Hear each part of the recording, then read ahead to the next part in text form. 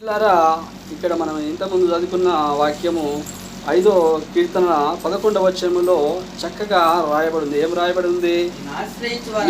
నిన్ను ఆశ్రయించు వారందరూ సంతోషించుదురు, నీవే వారిని కాపాడుదువు గనుక వారు నిత్యము ఆనందదని. ఏదనేట? ఆనందదని. నిన్ను ఆశ్రయించు వారందరూ ఎలా ఉంటారట? సంతోషించుదురు. హల్లెలూయా. దేవుణ్ణి ఆశ్రయించే వారు ఎలా ఉంటారట? సంతోషముతోటి, ఆనందంతో. అంటే దేవుణ్ణి ఆశ్రయించడం అంటే దేవుణ్ణి వెంబడించడం. హల్లెలూయా. దేవుని యొక్క అడుగు జాడల్లో నడుచుకుంటాము. మనం ఎప్పుడైతే దేవుని యొక్క అడుగు జాడల్లో నడుచుకుంటామో మనం ఎలా ఉంటామట? సంతోషముతో ఉంటామట. నీవే వారిని కాపాడుదువు గనుక వారు నిత్యము ఆనందదని. ఏదని? ఆనందదని చేయుదురు. దేవుని నామానికి మహిమ కలుగును గాక.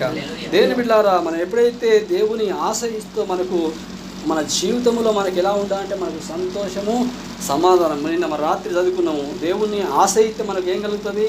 సమాధానము, అలాగే మేలు కలుగుతుంది. చక్కగా రాత్రి దేవుడు మనతో మాట్లాడున్నాడు. ఈరోజు కూడా అనేక విషయాల్లో దేవుడు మీతో మాట్లాడున్నాయి ఉన్నాడు. దేవుని నామానికి మహిమ కలుగును గాక.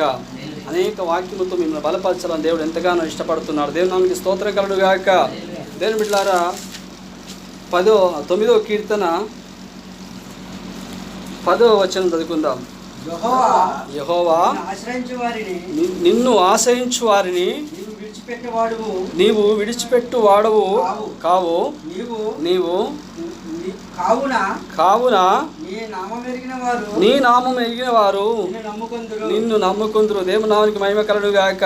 దేవుని బిడ్డలారా, దేవుడి వాక్యం ఇలాగ చెలవిస్తుంది. యెహోవా నిన్ను ఆశ్రయించు వారిని నువ్వు విడిచిపెట్టు వాడవు కావు.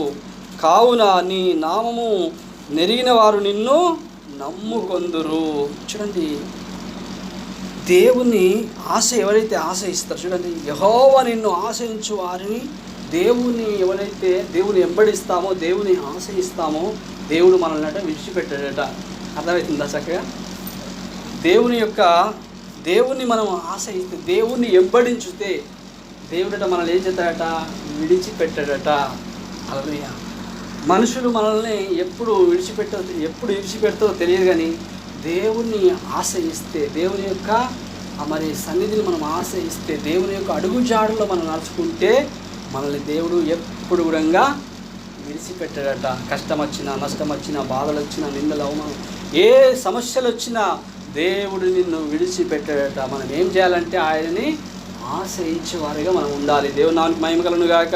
ఎప్పుడైతే మనం ఆశ్రయిస్తామో మన జీవితంలో అనేక గొప్ప కార్యాలు మన జీవితంలో చూస్తాము. దేవుని నామానికి మహిమ కలుగును గాక.